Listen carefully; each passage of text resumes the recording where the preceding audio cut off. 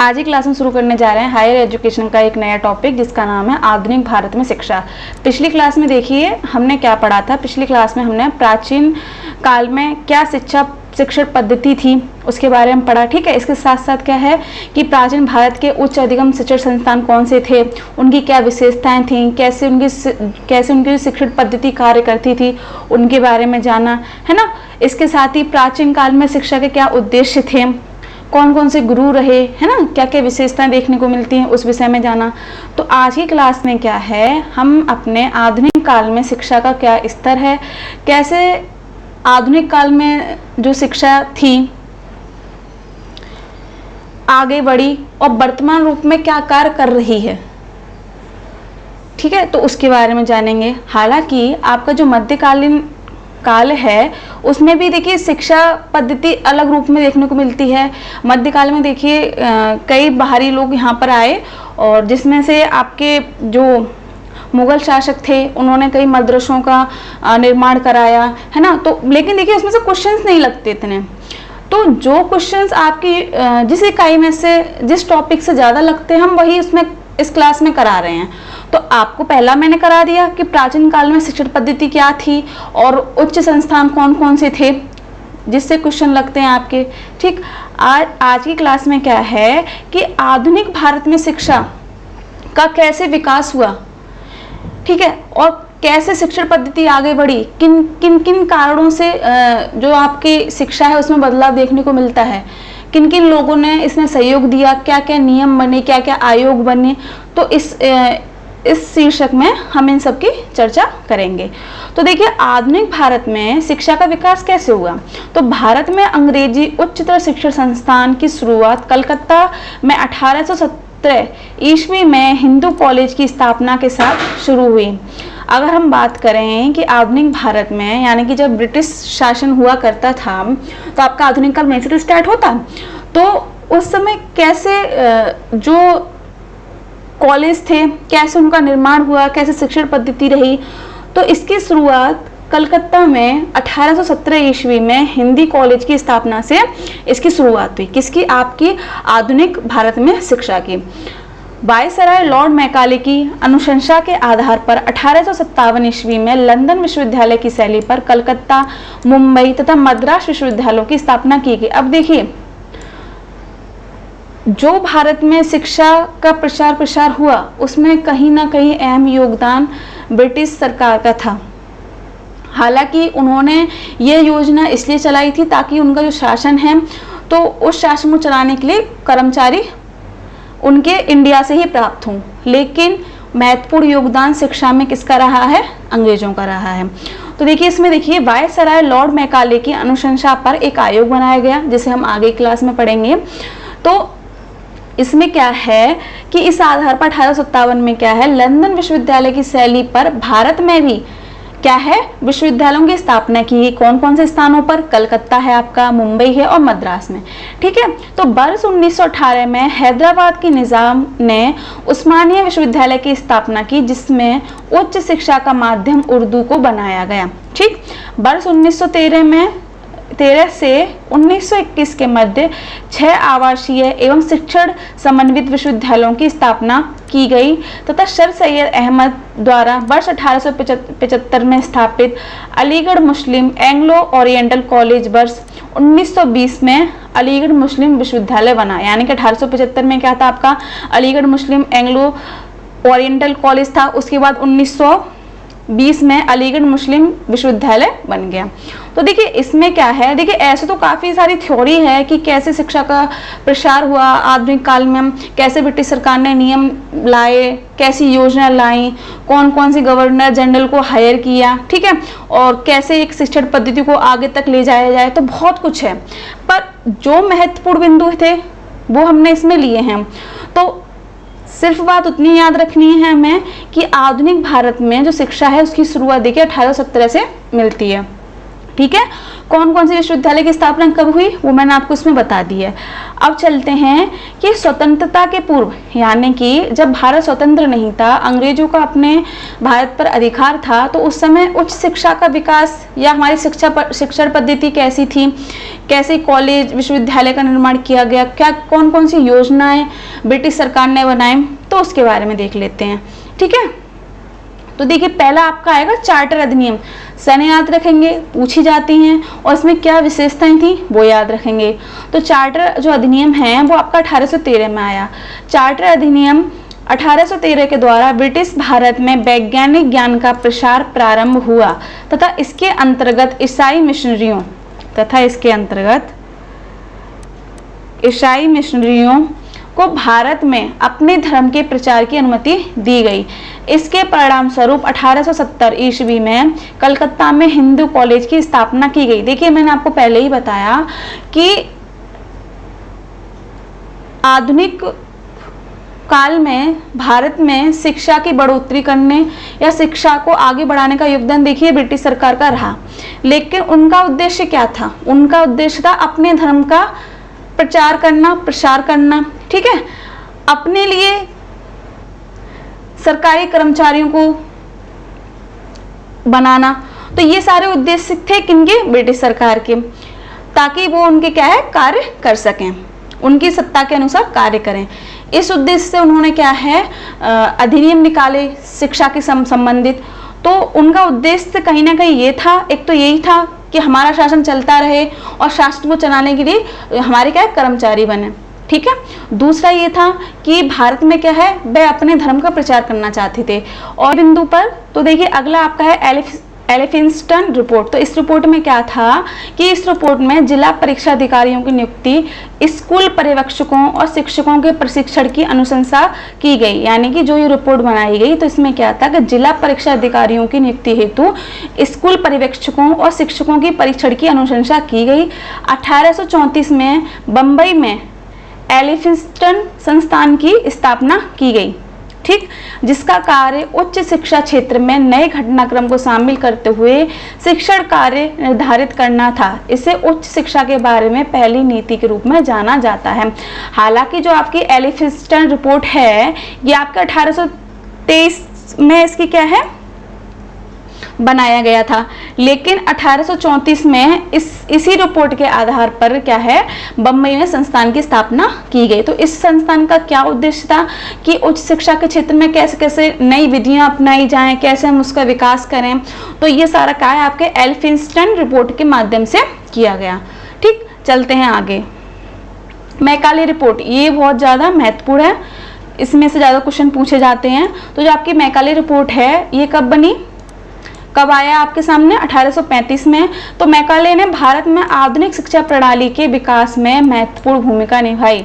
Macaulay report में पाश्चात्यवादी अंग्रेजी शिक्षा का समर्थन किया गया। जो मैकाले थे उन्होंने देखिए समर्थन किसे किया? अंग्रेजी भाषा को, जिसका मुख्य उद्देश्य भारतीयों का एक ऐसा वर्ग तैयार करना था जो जिससे ब्रिटिश सरकार का शासन आसान हो सके।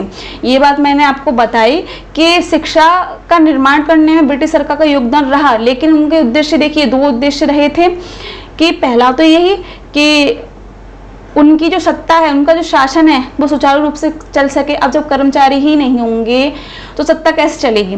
ठीक, एक तो ये। दूसरा क्या था कि उनके धर्म का क्या हो प्रचार प्रसार हो, लोग उनके धर्म को माने। ठीक, मैकाले रिपोर्ट के आधार पर तत्कालीन governor general Lord William Bentinck याद रखेंगे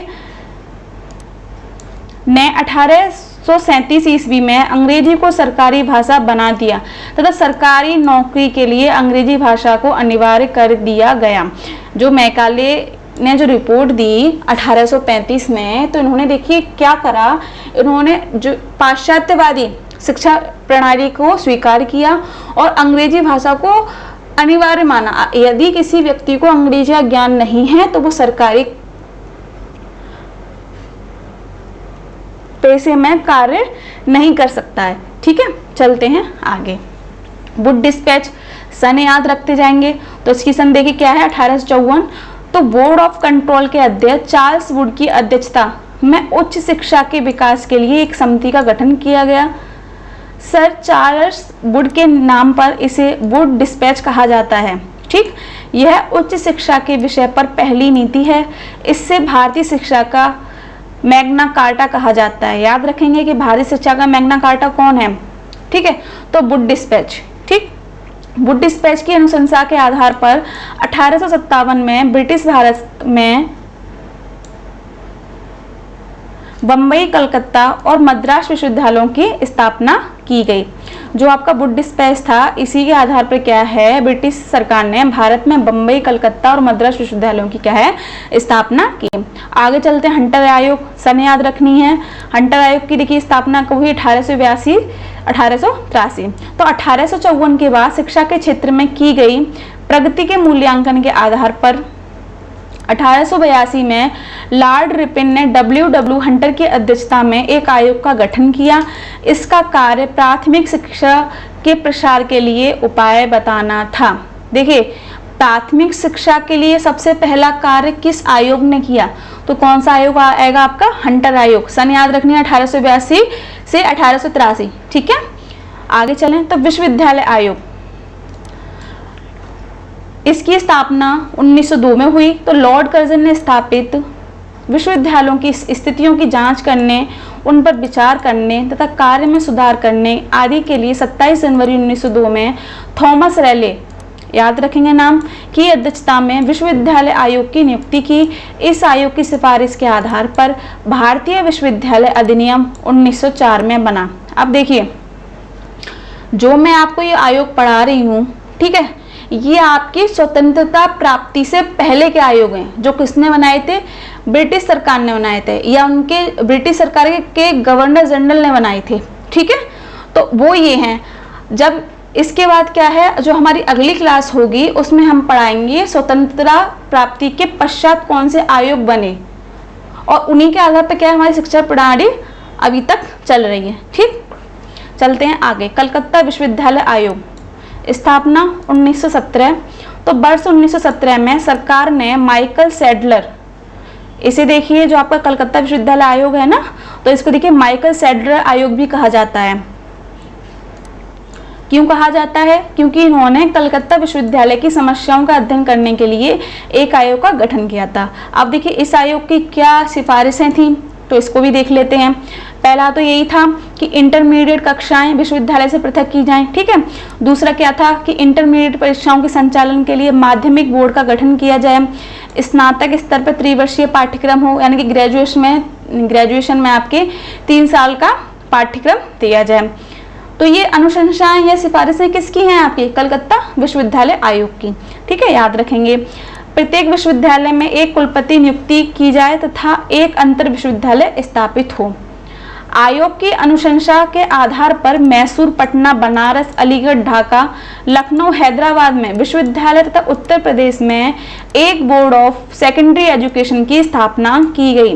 भारत सरकार अधिनियम 1919 के अंतर्गत शिक्षा को राज्य का विषय बना दिया गया तथा विश्वविद्यालयों के संचालन की जिम्मेदारी प्रांतों को दे दी गई। देखिए इसमें पहले क्या था, कलकत्ता विश्वविद्यालय पे जो सेंट्रल गवर्नमेंट थी उसका अधिकार था, लेकिन जब ये आयोग निकाला गया तो इसमें देखिए एक सिफारिश ये भी रखी गई थी कि जो केंद्रीय सरकार है वो विश्वविद्यालय पर अपना हक वापस ले, और ये हक किसे दे, राज्य सरकार को।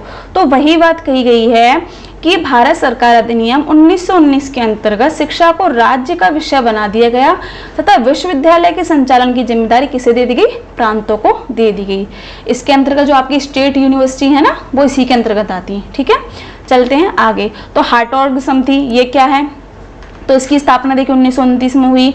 फिलिप हार्टोग की अध्यक्षता में इस आयोग का गठन किया गया। इसकी भी सिफारिशें हैं, उन्हें भी देख लें।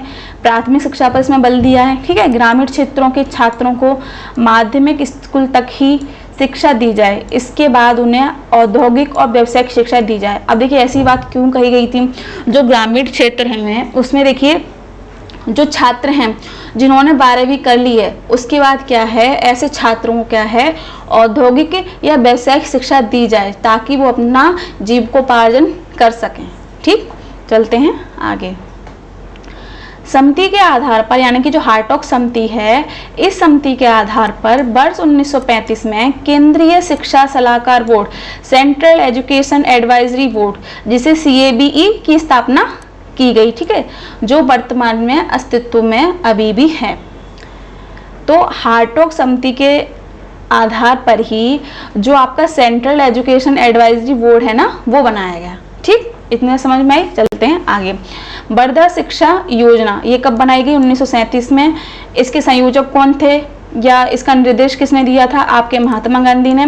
तो देखिए इन्होंने क्या बात कही कि पहली तो सिफारिश उन्होंने ये रखी कि 7 से 14 वर्ष के बच्चों के लिए निःशुल्क एवं अनिवार्य शिक्षा की व्यवस्था की जाए। दूसरा उन्होंने ये कहा कि शिक्षा का माध्यम आपके मातृभाषा में होना चाहिए, जिससे कि विद्यार्थी स्वावलंबी बन सकें। अब इन्होंने ये क्यों कहा?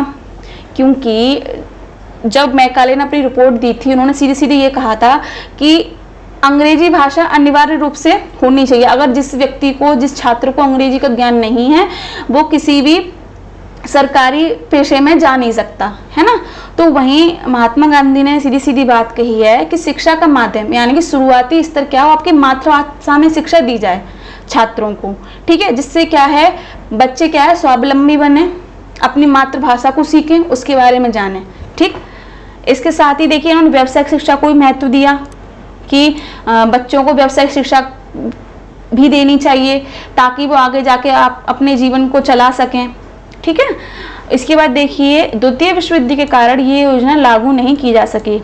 अब देखिए ये वर्धा शिक्षा योजना की स्थापना 1937 में हो गई, योजना बना दी गई, लेकिन इसे लागू नहीं किया जा सका। क्यों नहीं किया जा सका? द्वितीय विश्व युद्ध के कारण। ठीक है, चलते हैं आगे। सार्जेंट योजना ये कब बनी? आपके 1944 में।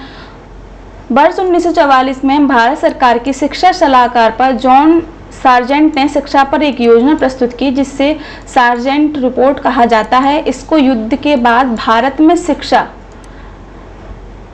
योजना विकास भी कहा जाता है। याद रखेंगे कि सार्जेंट योजना 1944 में बनी, विश्व युद्ध के बाद भारत में शिक्षा आयोजना विकास नाम से क्या है, इस योजना को जाना जाता है। तो देखिए आज की क्लास में क्या है कि आधुनिक भारत में शिक्षा की क्या भूमिका है उसके बारे में देखा, प्लस इसके साथ हमने किसको देखा कि स्वतंत्रता प्राप्ति से पूर्व भारत में कौन से आयोग आए, उनके बारे में संक्षेप में हमने जाना। ठीक है, तो मिलते हैं आपको अगली क्लास में एक नए शीर्षक के साथ। तब तक के लिए धन्यवाद।